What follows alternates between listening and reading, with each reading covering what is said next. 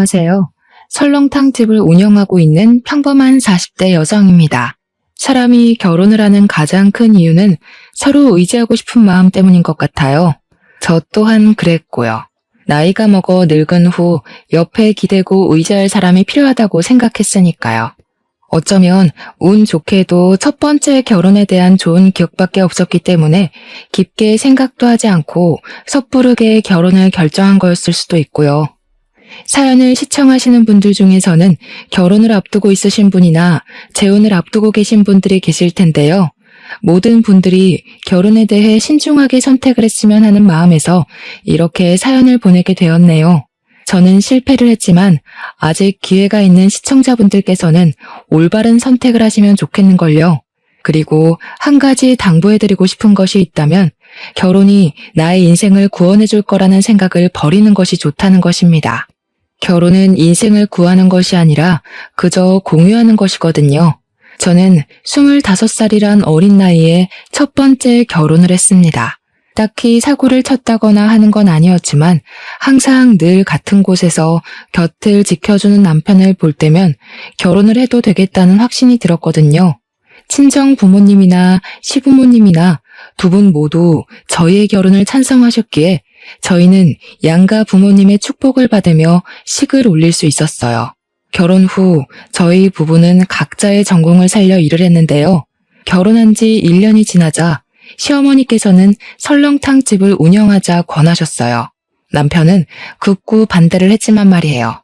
사실 시부모님께서는 50년이 넘는 시간 동안 설렁탕집을 운영하시며 남편을 키우셨어요. 종업원을 쓰기는 했지만 연세가 있으신 두 분께서 젊은 사람도 없이 그 큰 설렁탕 가게를 운영한다는 것은 체력적으로도 정신적으로도 많이 힘든 일이었죠. 남편도 그걸 알기에 가게 일이라면 진절머리를 치며 반대를 한 것이었고요. 남편은 시부모님에게 설렁탕 가게를 접거나 다른 사람에게 넘길 것을 권했지만 가게를 운영하면서 벌어들이는 금액이 상상 이상이었거든요. 시어머니께서는 죽어도 설렁탕 가게를 이어받지 않겠다며 버티는 남편을 보며 전전긍긍 하셨습니다. 결국 보다 못한 제가 설렁탕 가게를 운영하겠다며 손을 들게 되었죠.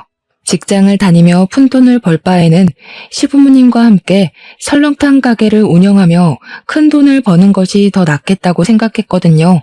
어릴 때부터 어깨너머로 가게 일을 도왔던 남편은 힘든 일이라며 극구 반대를 했지만 이번만큼은 고집을 부리고 말았네요. 저라도 가게 일을 하지 않으면 대대로 내려오던 설렁탕 집의 대가 끊기는 거잖아요. 남편의 앞에서 의기양양하게 말하기는 했지만 처음에는 힘들었어요. 일단 해가 뜨지도 않는 새벽에 일어나는 것부터가 문제였죠. 하지만 힘들었던 것도 잠시, 시간이 지나니 이것 또한 적응이 되더라고요.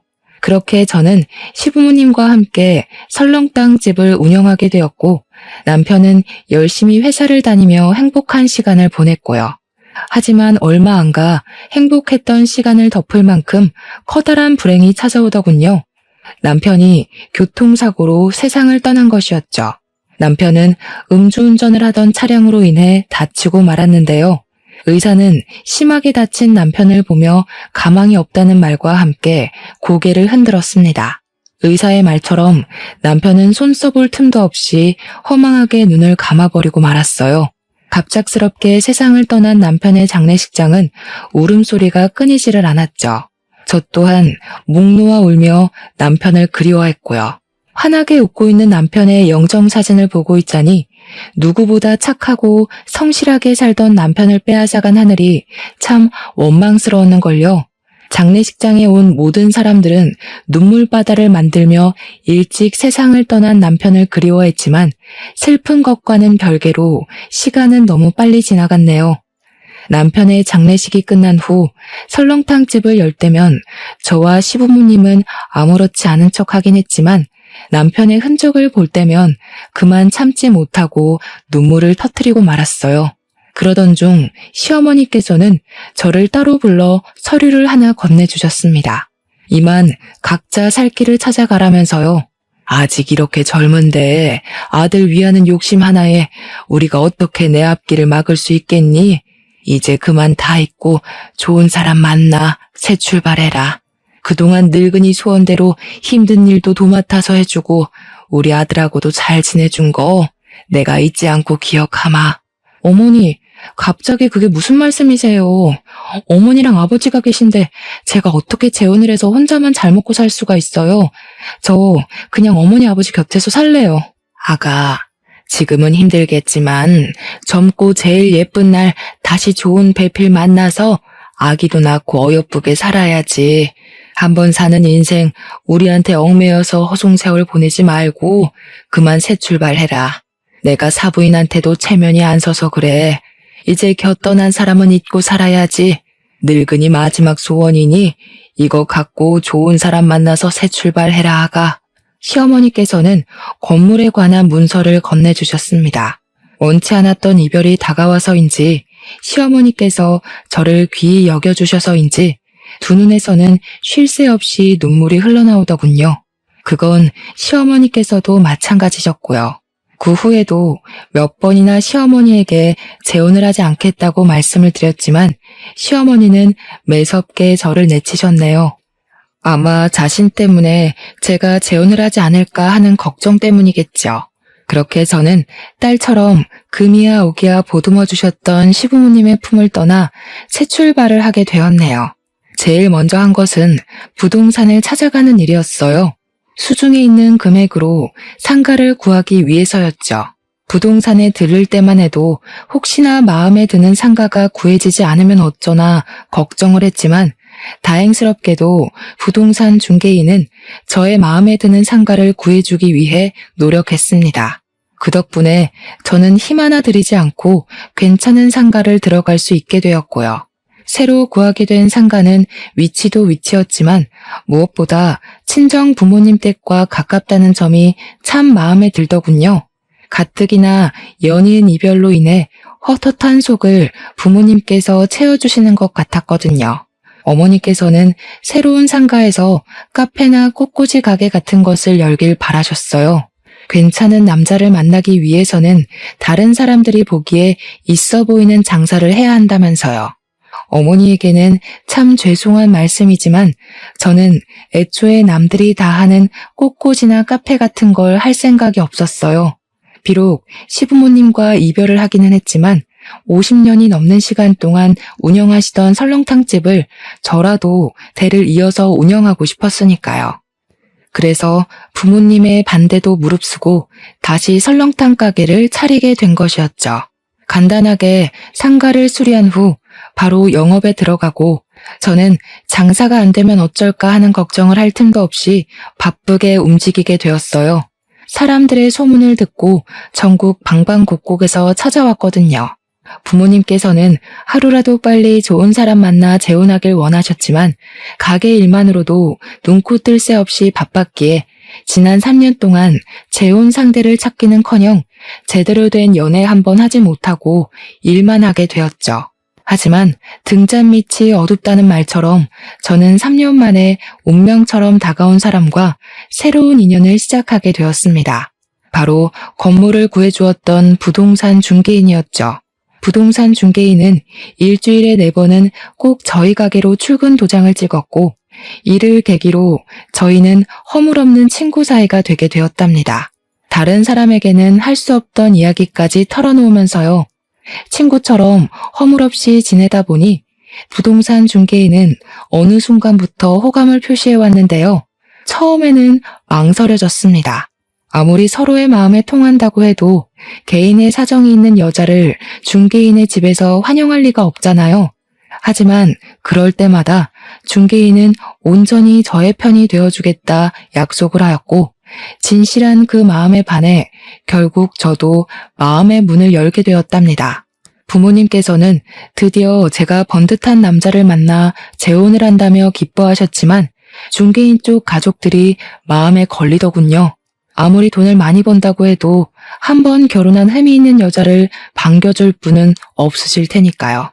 그런데 이런 걱정이 무색할 정도로 예비 시부모님은 오히려 이상한 상상을 한 제가 부끄러울 정도로 잘 대해주셨어요.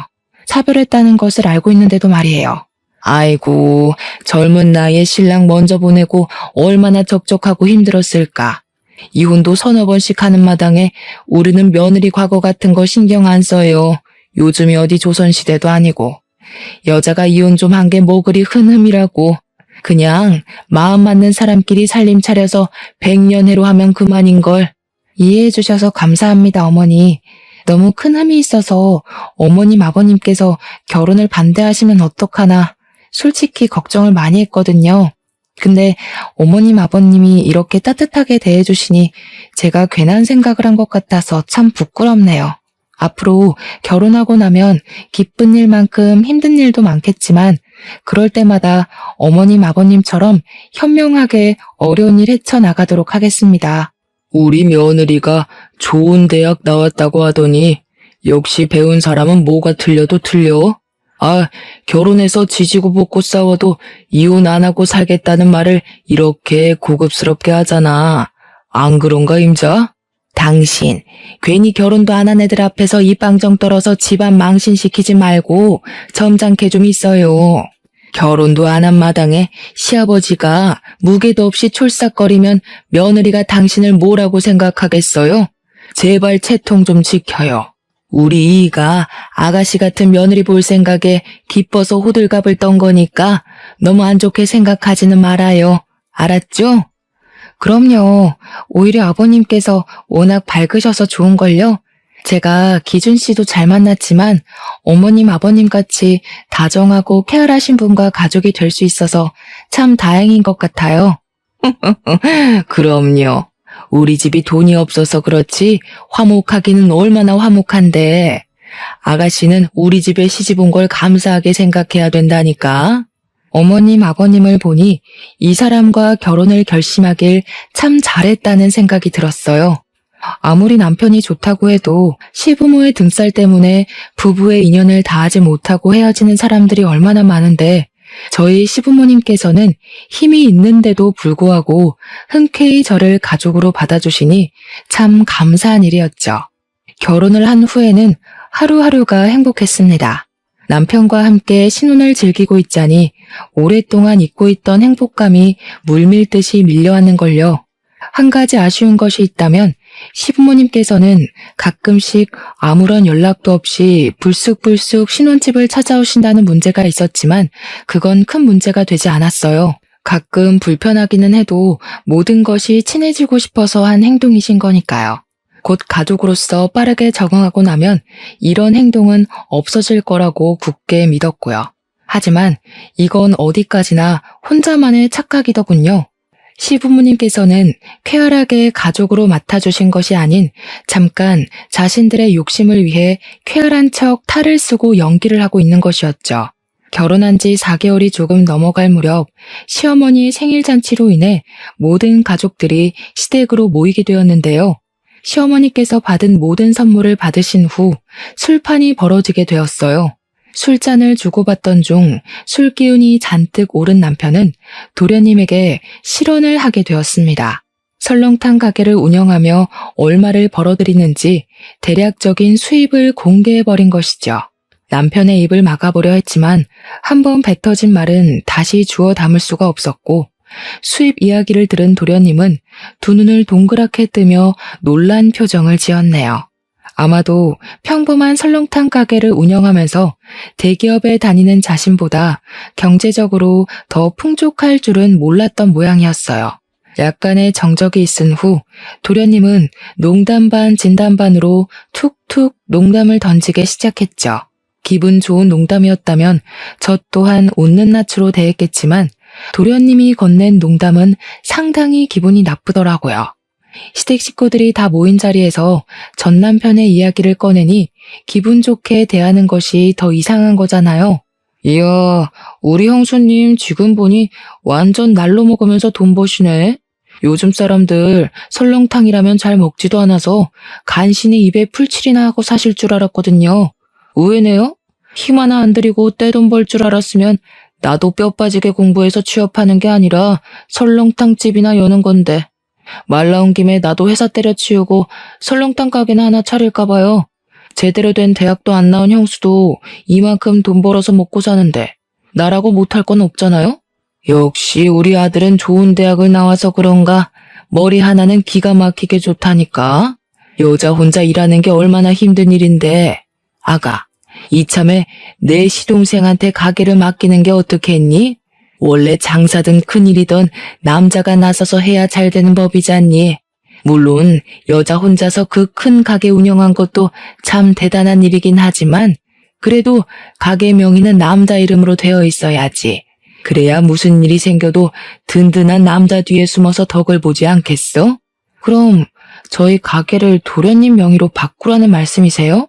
그래, 갑작스럽겠지만 시간 지나고 보면 이 시엠이 말대로 하길 참 잘했다고 생각할 거다. 지금이야 너희 부부 사이에 애도 없으니 처녀 때랑 똑같이 식당 운영할 수 있다고 쳐도 애 낳고 살림하다 보면 그게 어디 쉬운 일이니? 집안일 하면서 애 보기도 벅찰 텐데 나중에 절절 매면서 일면식도 없는 사람한테 가게 맡겨서 홀랑 사기당하는 것보다 가족한테 맡기고 편하게 식당 일 봐주면서 월급 받아 먹는 게 좋지. 잠깐씩 일하고 월급 200씩 가져가면 그것만큼 좋은 직장이 어디 있니? 결혼한 여자는 어떻게 됐던 남자 주머니에서 나오는 돈을 받아 먹어야 편한 법이야. 서방도 있는 여자가 돈 욕심 부리는 것도 안 좋은 거다. 에이, 엄마. 아무리 그래도 사장님이었는데 200이 뭐예요? 만지던 돈이 있는데 못해도 250은 줘야지. 형수, 저 그렇게 쪼잔한 놈 아닌 거 아시죠? 저한테 가게 맡겨주시면 일 안 나오셔도 달에 250은 챙겨드릴 테니 저한테 가게 넘기는 거 잘 생각해 보세요. 형이랑 현수님 나이도 있는데 이제 편하게 애 가질 생각해야죠. 아무리 그래도 형이 우리 집 장손인데 우리 엄마한테 번듯한 아들 하나는 안겨줘야 될 거 아니에요? 참 기가 막혔습니다. 정중하게 부탁을 해도 분점을 내줄까 말까인데 아예 가게 명의를 도련님 앞으로 바꾸라뇨. 실망한 것도 한두 가지가 아니었지만 그 중에서도 제일 기가 막힌 것은 아이를 낳으면 당연히 육아는 엄마의 몫이라고 생각하는 시어머니의 행동이 제일 어이가 없었네요. 아이를 낳는 것은 부부 두 사람의 노력으로 이루어지는 건데 아이를 키우는 것은 온전히 엄마만 해야 된다뇨. 말이 안 되잖아요. 입을 꾹 다물고 있자 도련님은 제 손을 잡고 일어나며 당장 명의부터 바꾸자고 말을 하더군요. 콧노래를 부르며 겉옷을 걸치는 시어머니도 강제적으로 손을 잡아 끄는 도련님도 참 뻔뻔하다는 생각이 들었습니다. 이대로 멍청하게 있다간 아무런 노력도 안 한 사람들에게 그대로 가게가 먹혀버릴지도 모른다는 불안감도 같이 느꼈고요. 그래서 도련님에게 잡힌 손을 빼내며 단호하게 설명을 했죠. 아무리 생각해도 이건 아닌 것 같네요. 제가 설렁탕 가게 운영하는 3년 동안 도련님이 저한테 도움 준 적 한 번도 없잖아요. 어머니도 마찬가지고요. 말이야, 제가 걱정되어 그러는 거라고 하지만 실상은 지금 운영하는 가게가 돈이 잘 벌린다고 하니까 어떻게든 가게에 자기 숟가락 올리려고 용쓰는 거잖아요. 지금 도련님이 하시는 행동은 남의 재산 날로 먹으려고 하는 도둑놈이랑 다를 게 없는 거예요. 형수 말씀이 좀 지나치신 거 아니에요? 저도 돈 벌 만큼 버는 놈입니다. 도둑이라뇨. 듣기 거북하네요. 제가 말하는 게 듣기 거북하셨나요? 저도 똑같아요. 노력이라고는 털끝만큼도 안 한 사람이 돈 된다는 말에 군침 흘리면서 육아니 뭐니 쓸데없는 말 갖다 붙이면서 가게를 통째로 삼키려고 하는데 기분이 좋을 리가 없죠. 가족이라고 이름표만 붙여놓는다고 해서 모든 일이 용서되는 건 아니잖아요. 아가, 너 지금 시애미도 있는데 시동생한테 그게 무슨 말버릇이냐? 도련님한테 버릇없이 굴었던 건 사과드리겠지만 어머니께서도 다 가족이 되는 과정에서 겪는 문제라고 생각하고 너그럽게 이해해 주세요. 피 섞인 가족들끼리도 돈 때문에 싸우는 세상에 피 한 방울 안 섞인 가족끼리 돈 문제 가지고 싸우면 얼마나 보기 흉하겠어요. 조금 정없이 들릴 수도 있겠지만 이렇게 선을 그어놔야 나중에 돈 문제로 얼굴 붉힐 일이 없죠. 계획대로 가게를 갖지 못해서인지 아니면 자신의 잘못을 꼭 집어 민망했기 때문인지 시어머니와 도련님의 얼굴은 붉게 상기되어 있었습니다. 결혼한 지 1년도 안 된 며느리가 자신들에게 따박따박 말대답을 할 줄은 꿈에도 몰랐겠죠. 하물며 저는 한 번 결혼을 했다는 흠까지 달고 있었으니까요. 저 또한 시댁 식구들과 얼굴을 보고 부딪히며 돈 문제로 싸우고 싶지는 않았어요.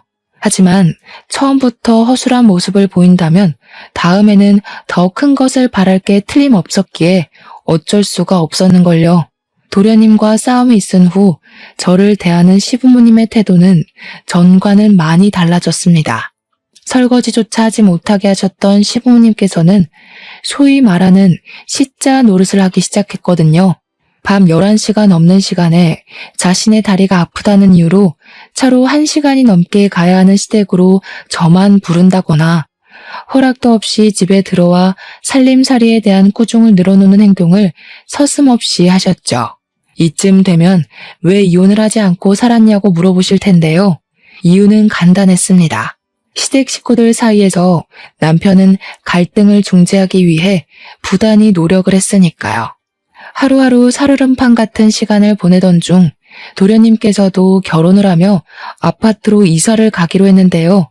아쉽게도 1억이 모자라 평수가 작은 집으로 이사를 가야 된다고 하소연을 하더군요. 그 말을 듣자마자 시어머니는 점수를 딸 수 있는 좋은 기회라며 당장 통장을 털어 1억을 보태라고 말씀을 하셨고요. 빌려주는 것이야 그럴 수도 있겠지만 눈치를 보아하니 도련님은 1억을 꿀꺽할 생각인 것 같았어요. 그래서 단칼에 거절을 했죠. 적은 돈도 아니고 억이나 되는 돈을 남의 손에 쥐어줄 수는 없는 일이잖아요. 남이 쓰던 중고품을 불쌍해서 걷어줬더니 어디 감히 시댁 어려운 줄을 모르고 따박따박 말대답을 해. 네 어미가 집에서 시부모 앞에서 말꼬리 잡으면서 대들라고 그렇게 버르장머리 없이 가르치던? 이래서 남 손때 탄 헌건 집에 들이는 게 아니라고 했는데 어떻게 사람한테 어떻게 중고품이라는 말을 할 수가 있어요? 이 사람이나 되니까 저랑 결혼해서 살아주는 거예요. 이 사람 아니면 저 아직도 노총각 신세 못 면하고 어머니 밑에서 밥이나 축내면서 살았을 거라고요. 어머니가 이 사람 물건 취급하면서 하대하면 제가 무슨 낯으로 장인어른이랑 장모님을 뵙겠어요? 1억이 땅 파서 나오는 푼돈도 아니고 통장에 1억이 없어서 못 빌려주는 게 저희 잘못은 아니잖아요. 뭐야? 장손이라고 기 키워놨더니 어디 저런 되바라진 것한테 올려서 어미한테 대들어? 남들한테 웃음 팔고 술 팔아 장사하는데 통장에 1억이 없기는 왜 없냐? 그저 저 몹쓸 것이 피 한 방울 안 섞인 시댁 식구들한테 돈 쓰기가 아까우니까 발 빼는 거지. 나는 가족한테 돈 아끼면서까지 구두쇠짓 안 한다. 너 같은 거 며느리라 부르기도 싫고 우리 집에 들이기도 싫다. 그러니 당장 짐 싸서 나가. 어머니, 정말 왜 이러세요? 저 어머니 아들이기 전에 이 사람 남편이에요. 어머니가 진짜 저를 귀하게 생각하신다면 이 사람한테 하대하는 것도 멈추시고 제발 사람답게 대해주세요. 지금 돈 가지고 아까워서 쩔쩔매는 건 어머니잖아요. 이 집 팔아서 돈 마련하면 될 걸 어머니도 그러기 싫으니까 이 사람한테 덤터기 씌우면서 책임 전가하는 거잖아요. 어머니가 뭐라 하시던 저 이 사람이랑 헤어질 생각 없어요. 그러니까 계속 이 사람한테 하대하고 못 살게 굴 작정이시라면 저 어머니랑 손절할 수밖에 없어요.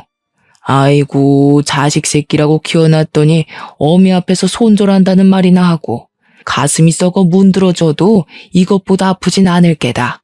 저 방자한 것이 뭐라고 속닥거렸기에 이 어미한테 손절을 한다는 얘기가 나와? 남편은 급기야 손절 이야기까지 꺼내며 방패막이 되어주더군요. 그런 남편의 모습을 보며 참 고맙다고 미안하기도 했네요. 저와 결혼하지 않았더라면 남편이 시어머니와 틀어질 일도 도련님과 얼굴을 붉히며 싸울 일도 없었을 테니까요. 시댁 식구들과 크게 싸운 후 남편은 정말로 시댁의 발길을 끊고 생활을 했어요. 제 입에서 먼저 시댁에 가자는 말을 할 정도로 남편은 시댁과 담을 쌓고 살았어요. 오죽하면 고집 센 시어머니와 도련님이 먼저 연락을 해 사과를 할 정도로 남편은 참 단호했죠. 시댁 식구들이 아무리 뭐라고 해도 상관없었습니다. 남편은 언제나 든든한 방패막이 되어주었으니까요. 시댁 식구들이 뭐라고 하던 든든한 편이 되어주는 남편이 있으니 결혼 생활을 하는 동안 크게 불편한 점은 없었어요. 그렇게 저희 부부는 한동안 잔잔한 시간 속에 여유로운 신혼생활을 즐길 수 있었네요. 하지만 사람이 살면서 계속 좋은 일만 있을 수 없듯이 저희에게도 문제는 찾아왔어요. 전세 사기가 극성을 부리며 부동산 중개업 일이 이전처럼 수입이 나오지 않는 것이었죠. 중개업 일은 생활비를 간신히 충당할 정도로 사정이 안 좋아졌고 남편은 다른 일감을 찾아 일을 하게 되었는걸요. 막노동 일로 힘들어하는 남편에게 가게를 같이 하자고 제안을 했는데요. 그렇게 되면 부부끼리 같이 할 시간이 줄어든다며 고개를 흔들더군요. 물론 같이 가게를 연다면 같이 할 시간이 줄어들기는 하겠지만 그래도 막노동 일로 피곤에 찌들어 여기저기 파스를 붙이는 모습을 보는 것보다는 나을 것 같았습니다. 계속해서 가게 운영에 대한 문제로 실랑이를 하던 중 남편은 뜻밖에도 사업을 하겠다며 돈을 빌려달라고 하더군요. 중고차 사업 말이에요. 처음에는 의아했지만 남편은 평소 차를 좋아하기도 하고 차에 대한 지식도 많은 편이었기에 중고차 사업을 시작하면 잘할 수 있을 거란 생각이 들었고 남편에게 사업 자금을 빌려주게 되었죠. 사업 준비가 마무리되자 남편은 손을 꼭 잡으며 자신이 꼭 성공해 설렁탕 가게를 열지 않아도 떵떵거리고 살 수 있을 정도로 돈을 많이 벌어주겠다고 말을 했는데요. 일어날 리 없는 터무니없는 말이긴 했지만 기분이 좋긴 했습니다.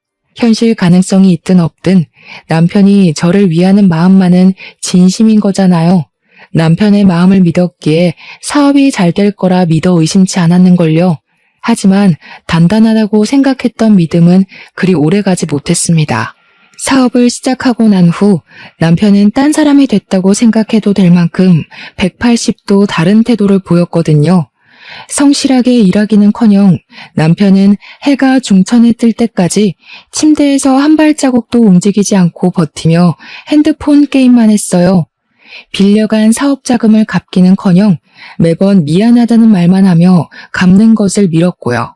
처음에야 사업이 잘 풀리지 않아서 그런가 보다 이해하려고 했지만 자꾸만 게으른 태도를 보이니 남편의 행동을 이해하려야 할 수가 없었죠. 저도 사업을 하는 입장으로서 자신만의 사업을 하는 게 얼마나 고단하고 힘든 일인지 알기는 했지만 그래도 한번 시작한 일이니 끝까지 책임지고 최선을 다하는 것은 당연한 거잖아요. 하지만 이상하게도 남편은 어디서 돈이 났는지 중고차 사업을 시작한 후 비싼 외제차며 명품같이 값나가는 것들에 돈을 쓰더라고요. 이쯤 되니 남편이 도박이나 사채에 빠졌다고 확신을 하게 되더군요. 그래서 아무도 몰래 남편의 회사로 찾아가게 된 것이죠. 몰래 잠입하는 마음으로 몰래 회사로 들어갔는데요. 중고차가 진열된 앞에는 도련님과 남편이 같이 서 있더군요. 깜짝 놀랐습니다. 아무리 가족이라도 사업은 같이 하지 않는다고 먼저 말을 꺼낸 사람은 남편이었거든요. 더군다나 도련님은 돈 욕심이 많아서 사업을 같이 하면 절대로 안 된다고까지 말을 했고요. 남편과 도련님의 눈을 피해 몸을 숨기고 있자 둘이 하는 대화가 들려왔어요. 대화를 엿들을 생각은 아니었지만 거리가 가까운 편이라 그런지 둘의 대화는 너무 선명하게 들려왔습니다. 진짜 형은 비위도 좋아. 도대체 형수 같은 드센 여자랑 어떻게 한 이불 덮고 사는 거야? 시댁 식구한테도 그렇게 쏘아붙이는데 다른 때는 어떻겠냐고. 솔직히 나는 형수가 전에 한번 갔다 오기도 했으니까 우리 집에 바싹 엎드려서 자기 간이랑 쓸개도 다 내주면서 살 줄 알았다? 엄마도 그거 보고 형이랑 형수 결혼시킨 거잖아. 근데 웬걸 발톱만한 일에도 손해보려고 하면 발작을 일으키면서 난리를 피우는데 어우, 나는 억만금을 준다고 해도 형수 같은 여자랑 못 살아. 네가 그러니까 아직도 월급쟁이 신세 못 면하고 사는 거야. 큰돈 벌려면 기센 여자 비위 맞출 능력 정도는 있어야지. 너는 공부 잘하는 것만 성공인 줄 알았지? 인생에서 공부머리보다 더 중요한 게 눈치머리야. 막말로 만날 구박하는 상사랑 사는 것보다야 드세더라도 마누라랑 살면서 돈 빼는 게 훨씬 낫지. 그리고 그렇게 즐기고 드센 여자들이 또 잘해주면 금방 넘어와요. 형, 잔머리 하나는 끝내준다니까. 형수한테 돈 뜯어내려고 우리끼리 짜고 친다고 누가 생각이나 하겠어? 그래도 형수 계속 데리고 살 생각은 아니지? 통장 잔고 다 뽑아먹고 나면 바로 버려야지. 너 같으면 찔러도 피 한 방울 안 나올 것 같은 여자랑 애 낳고 백년해로 하면서 살 수 있겠냐? 그나마 돈이라도 있으니까 씹히지도 않은 질긴 성격 받아주면서 있는 거지. 자고로 결혼은 네 형수처럼 남자 알기를 자기 발밑으로 보는 여자가 아니라 남편만 아는 순종적인 여자랑 하는 거야. 아, 불쌍한 우리 형수. 형수는 자기 남편 속이 이렇게 시커먼 줄 생각도 못할 텐데. 생각해보면 형수도 안 되긴 했어. 젊어서 남편 먼저 보내고 재혼한 남자는 숟가락으로 자기 통장 잔고 퍼먹을 생각만 하고 있으니 불쌍하긴 과부 인생 잠깐이나마 구제해준 걸 고맙게 생각해야지. 입을 틀어막으며 튀어나오려는 목소리를 참기는 했지만 두 눈에서 흘러내리는 눈물까지는 어쩌지 못했는걸요. 진실된 남편의 행동을 보고 결혼을 결심한 것인데 그 모든 것이 다 돈을 노리고 한 가짜였다뇨. 믿을 수가 없고 믿고 싶지도 않았습니다. 하지만 남편은 계속해서 도련님과 대화를 하며 현실을 부정한 기회조차 주지 않더군요. 물밀리듯 덮쳐오는 배신감에 치가 떨리기도 하고 한편으로는 아무런 의심 없이 남편을 믿은 스스로가 너무 바보같이 느껴지기도 했네요. 모든 진실을 알고 나니 다시 집에 들어가는 것조차 겁이 났어요. 집 곳곳에 남아있는 남편의 흔적을 볼 때마다 남편의 저를 향해 했던 온갖 안 좋은 말들이 떠오를 것 같았거든요. 도망치고 싶기도 했죠. 아무리 가까운 사람이라고 해도 나에게 해가 되는 행동을 한다면 가차없이 처리를 할 거라고 다짐을 했었는데요. 막상 가까운 상대를 처리해야 할 현실이 닥쳐오니 그러지도 못하겠더라고요. 상황이 이렇게 되니 문득 전 시부모님들이 떠올랐어요. 욕심 때문에 딸처럼 아껴주시던 시부모님도 버리고 재혼해서 벌을 받는 건 아닐까란 생각이 들었으니까요. 예전에 저였다면 당장 증거부터 잡겠다며 설쳤겠지만 충격이 커서인지 도저히 그럴 힘이 나질 않았어요. 복수를 하기는커녕 밥을 넘기는 것조차 힘들어 한동안은 죽만 먹어야 했죠. 하지만 계속해서 시짜짓을 하는 시어머니와 가증스럽게도 그런 시어머니를 막으려는 신용을 하는 남편을 보니 더 이상 이렇게 살 수는 없다는 생각이 들었어요. 그래서 그때부터 이혼 전문 변호사를 고용해 이혼 준비를 시작한 것이죠. 이혼 소송을 걸자마자 남편은 팔짝 뛰며 가게로 달려왔습니다. 신발도 짝짝이로 신고 말이에요. 갑자기 이혼이라니. 여보, 왜 그래? 혹시 준경이랑 같이 사업하는 것 때문에 화나서 그런 거야? 그런 거라면 내가 사과할게. 나는 당신이 준경이를 너무 싫어하니까 같이 동업하는 거 말했다가는 너무 싫어할 것 같아서 비밀로 한 건데 당신이 싫다고 하면 준경이한테 당장 사업에 손 떼라고 할게. 당신은 내가 언제까지 당신 소나기에서 놀아날 거라고 생각했던 거야? 내가 그렇게 바보 천치로 보였어? 식구들이랑 짜고 치면서 앞에만 가리고 연기하면 내 돈 다 뜯길 때까지 속아줄 줄 알았냐고. 당신 연기 실력 끝내주더라. 아주 감쪽같이 속았어. 조금만 더 했으면 진짜 통장에 있는 돈다발을 그냥 갖다 바칠 뻔했잖아. 그래도 고생한 값이 있으니까 내가 박수는 쳐줄게. 가족끼리 역할 분담하고 연극하느라 얼마나 힘들었겠어? 그러지 말고 당신네 식구들 이참에 배우로 직종을 바꿔봐. 사람 하나 바보 만들 정도로 실력이 훌륭하신 분들인데 대한민국 배우 생활 하나 제대로 못하겠어? 오, 연극이라니? 당신 꿈꿔? 도대체 무슨 말을 하는 거야? 이렇게까지 말하는데도 남편은 딱 시치미를 떼더군요. 그 모습이 얼마나 가짠턴지 실소가 새어나올 지경이었어요. 한편으로는 안타깝기도 했죠. 조금만 더 애를 썼다면 재산이고 가게고 홀랑 넘겨주었을 테니까요. 저한테는 참 감사한 일이었죠. 남편이 멍청한 덕에 가게는 물론 통장까지 지킬 수 있었으니까요. 저번에 회사 갔을 때 당신이랑 도련님이 얘기하는 거 들었어. 기세고 남편 위할 줄 모르는 여자랑 백년해로 하기 싫다며 원하는 대로 당신 놓아줄 테니까 지금이라도 말 잘 듣는 고분고분한 여자 찾아봐. 당신 연기 실력이면 그런 여자 하나 꼬시는 건 일도 아니잖아. 돈 좀 있다고 해서 흠 있어도 데리고 살려고 했었는데 이런 식으로 나오면 재미없지. 돈이라도 없으면 내가 당신같이 남 손 탄 여자랑 왜 사는데? 이혼? 나도 당신 같은 여자랑 살기 끔찍해서 지금 당장이라도 이혼하고 싶어. 근데 당신한테 쏟아부은 시간이 아까워서라도 그냥은 못 헤어지지. 나도 변호사 선임해서 재산 분할 값은 톡톡히 받아낼 테니까 두고 봐.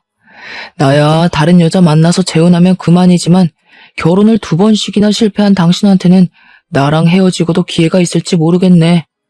이혼녀 꼬리표가 시간 지난다고 사라지는 것도 아니고 주제 파악을 이렇게 못해서 되겠어? 당신 같은 사기꾼한테 내 재산 뜯겨가며 말년에 돈 없어서 절절거리는 것보다야 이혼녀 꼬리표 달고 마음대로 돈 쓰면서 인생 즐기면서 사는 게 훨씬 낫지. 그리고 자기만 고고한 척 깨끗한 척 하지 마. 나한테 이혼녀 꼬리표가 붙었으면 당신 이마에는 사기꾼이라고 써붙여져 있으니까. 뭐야? 이제 이혼해서 서방이고 뭐고 눈에 뵈지도 않는다 이거야? 지금까지 사기꾼보다 더한 인간을 남편이라고 한 이불 덮고 자면서 내 돈으로 사업까지 차려줬는데 눈에 뵈는 게 있겠어? 혹시나 딴 말 할까봐 말하는 건데 나 당신한테 빌려줬던 사업 자금 무조건 받아낼 거고 위자료도 청구할 거야. 어이구, 돈도 많으신 양반이 그깟 5천만 원이 아까워서 소송을 건다고? 나는 가만히 있을 것 같아? 판사가 남편을 2번이나 갈아치우는 당신 편을 들어줄지 아니면 당신같이 드센 여자 만나서 고생한 순진한 내 말을 들어줄지 어디 두고 보자고. 어디 판결이 사람 얼굴 보고 나니? 쓸데없는 소리 하지 말고 위자료나 준비해놔. 그리고 남이 쓰던 거 가져다 쓰는 건 당신 특기잖아.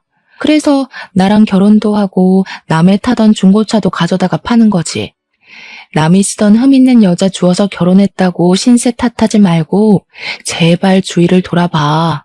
당신 눈이 남이 쓰다 버린 중고품 정도밖에 안 돼서 그런 거니까 오히려 본색을 드러낸 남편에게 고마웠습니다. 덕분에 아무런 미련 없이 이혼 소송을 준비할 수 있었으니까요. 이혼 소송을 하며 저희는 별거를 하게 되었는데요. 눈치를 보니 남편 또한 변호사를 만나고 있는 것 같더라고요. 이혼 소송을 하는 것은 생각보다 힘든 일이었습니다. 상대방에게 이혼 책임이 있는 것과 별개로 재산이 많은 쪽이 재산 분할을 해줘야 했거든요. 남편도 이걸 노리고 더 많은 재산 분할을 갖기 위해 애를 쓰는 것 같았어요. 참 괘씸했죠.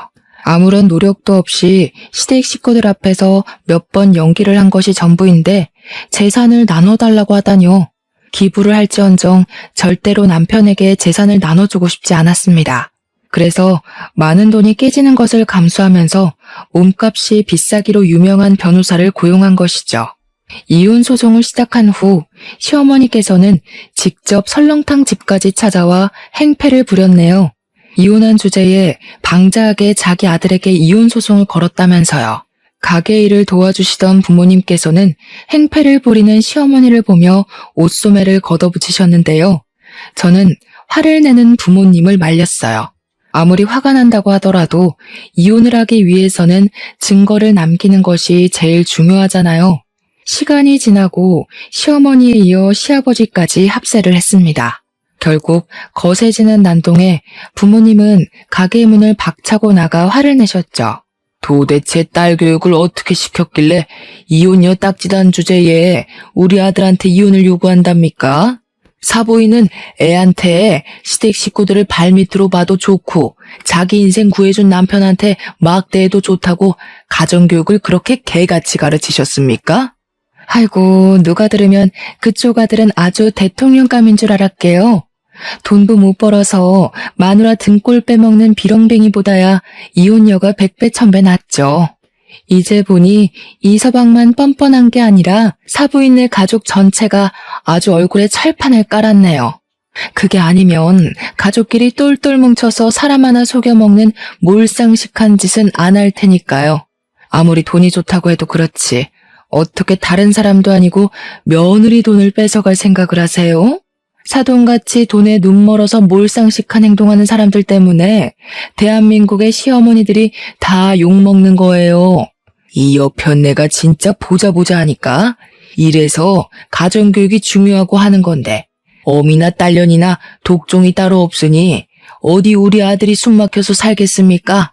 당신 딸년이 우리 아들이랑 살겠다고 해도 내가 반대할 거니까 당장 돈이나 내놔요. 말씀하시는 거 하곤 참 기품이 넘치십니다. 사돈, 자기 마음에 안 든다고 욕이나 찍찍 뱉어대시고 어디 계속 상스러운 말씀만 해보세요. 그럴수록 사돈 이미지만 깎아내려지는 거니까. 그리고 왜 우리 딸이 그쪽 아들한테 돈을 줘야 됩니까? 먼저 사기꾼처럼 우리 딸 돈 가져가겠다고 사기친 사람이 누군데? 지금 이렇게 멀쩡한 남의 가게에서 시위할 게 아니라 나가서 휴지 쪼가리라도 주우면서 푼 돈이라도 버세요. 우리 딸한테 위자료 내려면 그쪽 아들 수입 가지고는 턱도 없을 테니. 저 옆에 내가 어디 감히 그 더러운 주둥이로 우리 아들 이름을 올려? 어디 내가 가만히 있을 것 같아? 시어머니는 그기야 손톱을 세우고 어머니에게 달려들기까지 했습니다. 시아버지와 아버지가 아니었다면 몸싸움이 크게 벌어지고도 남았을 만큼 시어머니는 격한 감정을 주체하지 못하고 있었어요. 시어머니는 시아버지에게 잡히고도 정신을 못 차리고 씩씩거리며 화를 냈는데요. 저는 그런 시어머니 앞에 고개를 숙이고 큰 절을 올렸네요.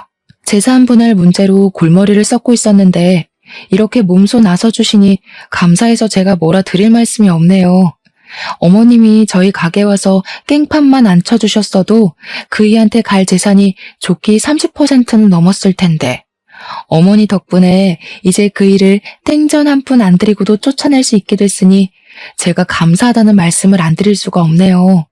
어머니, 큰돈 나가지 않게 힘써주셔서 정말 감사드립니다. 이렇게까지 해주시다니 감동입니다. 뭐? 우리 아들을 땡전 한 푼 안 주고 쫓아내? 걷어준 은혜를 원수로 갚아도 유분수지. 어디 감히 건드릴 게 없어서 귀한 우리 장손을 건드려? 지금이야 네가 이긴 것 같지? 두고 봐라. 다시는 두 다리 뻗고 못 자게 만들어줄 테니까. 당신 그만해. 여기서 더 했다가는 재산 분할은커녕 돈도 못 받고 쫓겨날 수 있다고. 돈이 걸린 문제인데 화가 나도 참아야지.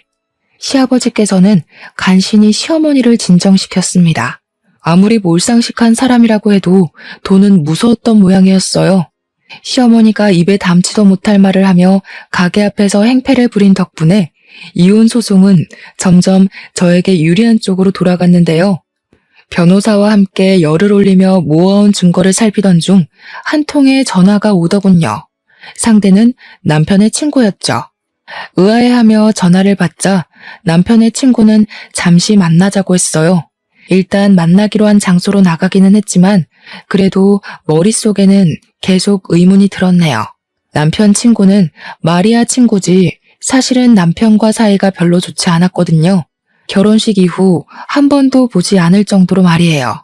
딱 한 번밖에 보지 않은 사이였기에 만나지 않았는데도 어색한 공기가 느껴지는 것 같더라고요. 그런데 남편 친구를 만난 순간 그런 시시한 어색함 따위는 금세 잊고 말았습니다. 남편 친구는 다짜고짜 고개를 숙이며 제발 도와달라고 부탁을 했으니까요. 처음에는 당황스러워 어쩔 줄을 몰라 했지만 숨겨진 사정을 듣고 나니 남편 친구의 행동에 고개를 끄덕이게 되었어요. 사실 남편이 도련님과 운영하는 중고차 사업은 둘만 하는 것이 아니라 정과가 있는 깡패들과 함께하는 것이더라고요. 합법적인 방법으로 사업을 했다면 괜찮겠지만 문제는 남편이 하는 일이 합법적이지 않다는 것이었죠. 남편은 중고차를 사고 파는 과정에서 나이가 어린 사람들을 중심으로 폭행과 협박을 서슴지 않으며 자기들이 편한 대로 이득을 취한 것이죠. 강력계 형사로 일을 하고 있는 남편 친구는 사촌 동생을 통해 우연히 알았던 거고요. 남편은 친구의 사촌 동생에게 자신이 했던 대로 깡패를 동원해 반협박식으로 폐차 직전의 중고차를 비싼 가격에 팔아버렸거든요. 모든 사실을 알고 나니 남편을 절대 용서할 수 없었어요.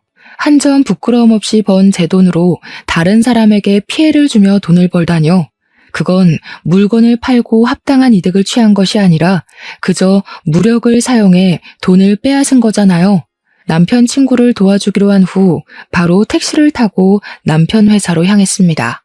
차를 타고 간다면 남편에게 덜미가 잡혀 증거를 잡기는커녕 오히려 역효과가 나타날 수도 있으니까요. 그런데 뜻밖에도 남편이 불법적인 일로 돈을 벌고 있다는 증거보다 먼저 알게 된 중요한 사건이 있었어요. 바로 남편이 다른 여자와 외도를 저지르고 있다는 것이었죠. 남편은 제가 와 있는 줄도 모른 채 다정하게 내연녀와 깨어는 채 비싼 외제차를 타고 어디론가 향하더군요. 남편이 외도를 저지르고 있다는 것을 발견했을 때는 배신감이 들기는 했지만 그렇다고 사경을 헤매며 모든 것을 포기할 정도로 힘들지는 않았네요. 이미 남편이 회생 불가능한 쓰레기인 걸 안 상태였기에 크게 충격적이지 않았거든요. 남편이 외도를 저지르고 있는 것을 카메라에 잘 담은 후 담장 너머로 사무실을 크게 돌았는데요. 아무래도 혼자서 증거를 잡기는 어렵겠더라고요. 그래서 친한 동생에게 사정을 말한 후 남편 회사에 청소부로 취업을 해달라고 부탁을 하게 되었죠. 마침 남편의 회사에서는 청소부를 구하고 있었기에 참 다행스러운 일이었죠. 그렇게 한 달 동안 친한 동생은 착실하게 자신이 모은 증거를 가져다 주었는데요. 모아놓은 증거를 본 순간 서류를 바닥에 떨어뜨리고 말았습니다. 남편은 그동안 협박만 한 것이 아니라 대포차와 도난 차량을 유통하고 거래하는 등 온갖 더럽고 불법적인 일은 다 저지르고 다니면서 돈을 벌고 있다는 사실을 알게 되었거든요. 남편이 고쳐 쓸 수 없는 쓰레기라는 것은 알고 있었지만 이 정도 악질일 줄은 몰랐는걸요. 고생해서 증거를 모아준 동생에게 두둑한 보상을 한 뒤 바로 남편 친구에게 전화를 걸었죠. 남편 친구는 바로 이 정도면 바로 구속을 할 수 있을 것 같다며 고맙다는 인사도 잊지 않고 해주었는데요. 운명의 장난인지 잠잠하던 핸드폰이 울리며 전화가 오더라고요. 남편한테 말이에요. 전화를 받자 남편은 다짜고짜 병원으로 오라고 하더군요. 알고 보니 만취한 상태로 음주운전을 하던 도련님이 화물차와 충돌을 하는 바람에 크게 다쳐 입원을 하고 있던 것이었죠. 병원에 가보니 시어머니는 의식을 잃은 도련님 앞에서 목 놓아 울며 도련님과 사고가 난 화물차 주인을 저주하고 있었습니다. 정작 불쌍한 것은 아무 죄가 없는 화물차 주인인데 말이에요. 잠자코 앞에 서 있자 시어머니는 갑자기 저의 멱살을 잡으며 화풀이를 하기 시작했어요. 이 망할 것, 세상 떠난 전 남편 흔적을 그대로 달고 들어오더니 기어코 네가 사고를 치는구나. 우리 집에 들어오지만 않았어도 우리 아들이 이 사달이 나지는 않았을 텐데 당장 우리 아들 살려내라 이 몹쓸 거사. 생사람 잡지 마세요. 누가 보면 제가 도련님한테 제발 술이 떡이 돼서 운전대 잡으라고 시킨 줄 알 거 아니에요. 어머니 자꾸 쓸데없이 저한테 화풀이 하시는데요. 도련님이 다친 건 어디까지나 술 먹고 운전한 도련님 잘못이잖아요. 내가 지금 뚫린 입이라고 함부로 짓거리는구나. 내가 이러라고 널 여기 부른 줄 아냐? 당장 내 아들 목숨값이나 내놔. 다시 시작되는 돈 타령에 진절머리가 날 정도였습니다. 결국 저를 여기로 부른 이유가 돈 때문인 거잖아요. 다시 막무가내로 나오는 시어머니에게 한 소리를 하고 싶었지만 남편 친구에게서 전화가 오더군요. 남편을 구속하기 위해 현재 있는 위치를 알려달라고 하는 것이었죠. 그렇게 위치를 알려준 지 얼마 뒤 남편 친구는 다른 형사들을 데리고 병원으로 들어왔습니다. 저는 남편 친구에게 위치를 알려주기 위해 앞장섰고요. 그런데 남편 친구와 함께 병실 안으로 들어오자 남편은 눈이 뒤집혀서 추궁을 하기 시작하더군요. 자신 몰래 바람을 피웠냐면서요. 어이가 없었습니다. 자신은 대놓고 다른 여자와 의도를 즐겨놓고 추궁을 하다뇨. 식당에서 해프게 웃음 흘리고 다닐 때부터 알아봤어야 하는 건데 바람을 피워도 하필 내가 아는 사람이랑 피울 건 뭔데? 그래, 결혼도 2번 했는데 바람이라고 못 피울 거야 없지. 원래 유책 배우자는 가지고 있던 재산 더 내놔야 되는 건 알고 있지? 이 일을 계기로 당신 가지고 있는 재산은 깡그리 긁어올 테니까 각오해. 마누라 재산 탐내기 전에 같이 경찰서부터 가줘야겠는데 이 자식이 남의 마누라랑 바람 피운 주제에 경찰서는 무슨 경찰서야? 형사식이나 되는 놈이 남의 마누라랑 바람 피운 주제에 뭐가 그렇게 잘나고 당당하게 고개를 빳빳이 들고 있는데. 나 너한테도 상간남 소송 걸 테니까 두고 봐.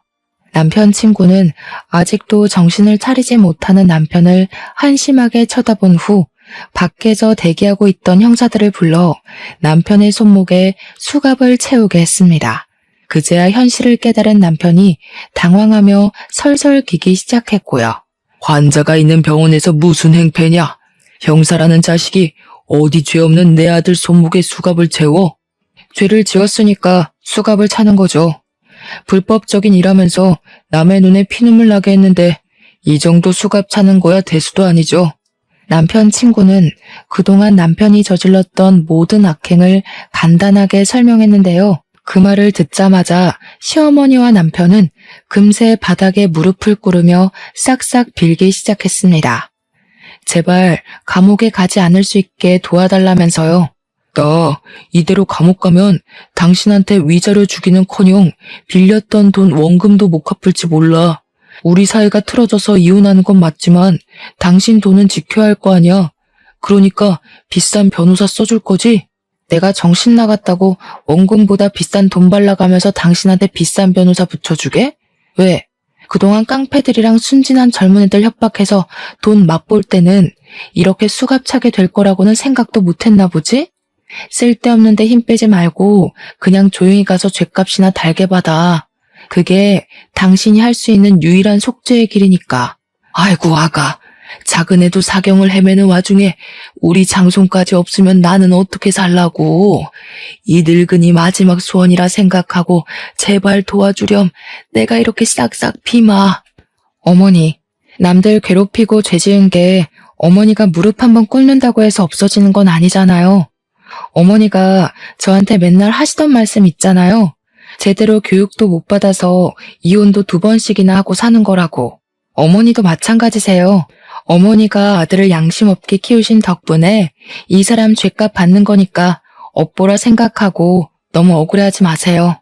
시댁 식구들은 뒤늦게 잘못을 빌며 바닥에 엎어졌지만 이미 늦은 후였습니다.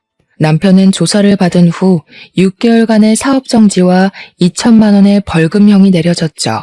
남의 돈을 빼앗은 악질짓을 해놓고 고작 벌금형으로 끝난다는 것이 화가 나더군요. 하지만 벌금형을 받은 후 중고차 사업은 망하기 직전까지가 정리가 됐으니 죗값을 받은 셈이긴 했지만요. 사업을 접은 후 남편은 툭하면 가게를 찾아와 2번 이혼 후 혼자 살면 안 좋은 점들을 나열하며 재결합을 요구하는데요. 차라리 사람들의 손가락질을 받으면 받았지 죽었다 깨어나는 한이 있더라도 남편과 다시 잘해볼 생각은 손톱만큼도 없습니다. 애원이 통하지 않자 남편은 시부모님까지 데리고 와 같이 엉터리로 적힌 각서를 내밀며 다시 잘해보라고 말을 했어요.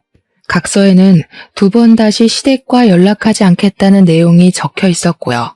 아들이 재결합하지 않는다고 하자 쪼르르 달려와 같이 무릎을 꿇기까지 하는데 시댁과 연을 끊고 산다니 절대 지켜지지 않을 내용이었죠. 자꾸 가게 찾아와서 영업 방해할 시간 있으면 나가서 돈이라도 벌어. 나한테 빌린 돈 아직도 안 갚았잖아. 위자료에 빌린 돈에 갚을 게 한두 가지가 아닌데 태평하게 무릎이나 꿇고 있으면 어떡해. 나는 당신한테 10원 한 장까지 다 받아낼 거니까 소송 걸리기 싫으면 가서 돈이나 벌어. 아무리 내가 잘못을 했다고 해도 같이 산 세월이 있는데 이 정도 잘못은 눈 감아줘야 되는 거 아니야? 앞으로 내가 잘할게. 인생에 딱 한 번 있을 실수라고 생각하고 제발 받아줘. 지금 당신을 다시 받아주면 이 일을 시작으로 사는 내내 사고치고 돌아다닐 텐데 내가 뭐가 아쉬워서 당신이 질질 흘리고 다닌 뒤치다거리만 하고 살아야 되는데 나 이래야 되니까 쓸데없는 소리 하지 말고 당장 나가. 자꾸 가게 앞에 버티고 서 있으면 당신 친구 부를 거야? 당신도 자존심이라는 게 있을 텐데 또 불미스러운 일로 친구 얼굴 보고 싶지는 않을 거 아니야. 재결합이 실패하자 남편은 작전을 바꾸었는지 말도 안 되는 금액을 부르며 재산 분할을 요구했어요. 원래라면 결혼한 지 3년이 지난 후였기에 남편에게 가지고 있던 재산을 나눠주는 것이 맞았지만 남편이 저지른 사건과 외도를 한 것을 증거로 제출하니 반대로 남편이 저에게 위자료를 줄 처지가 되었죠. 남편은 제발 위자료를 받지 말아달라며 부탁을 했지만 저는 그동안 받았던 모욕을 생각해서라도 위자료를 다 받아냈네요. 현재 남편과 모든 것을 끝낸 저는 가게 일에만 열중하며 살고 있어요. 속사정을 잘 알지 못하는 사람들은 여자 기가 세서 이혼을 한 거라면서 수군거리기도 하지만 무능력하고 찌질한 남편 때문에 속을 끓으며 사느니 차라리 혼자서 벌어놓은 돈이나 펑펑 쓰며 사는 것이 훨씬 나을 것 같다고 생각하게 되었죠. 현재 결혼으로 인해 자신이 하고 있는 일을 그만두기로 결심한 분들이 있다면 절대 그러지 말라고 말씀드리고 싶습니다. 사랑과 별개로 개인의 경제적인 능력은 꼭 필요하니까요. 비록 저는 결혼에 실패했지만 결혼을 앞두신 시청자분들께서는 꼭 행복한 결혼 생활을 하시길 진심으로 바랄게요. 그럼 지금까지 저의 이야기를 들어주신 시청자분들에게 감사의 인사를 올리며 마침표를 찍도록 하겠습니다. 사연을 들어주신 시청자분들 진심으로 감사드립니다.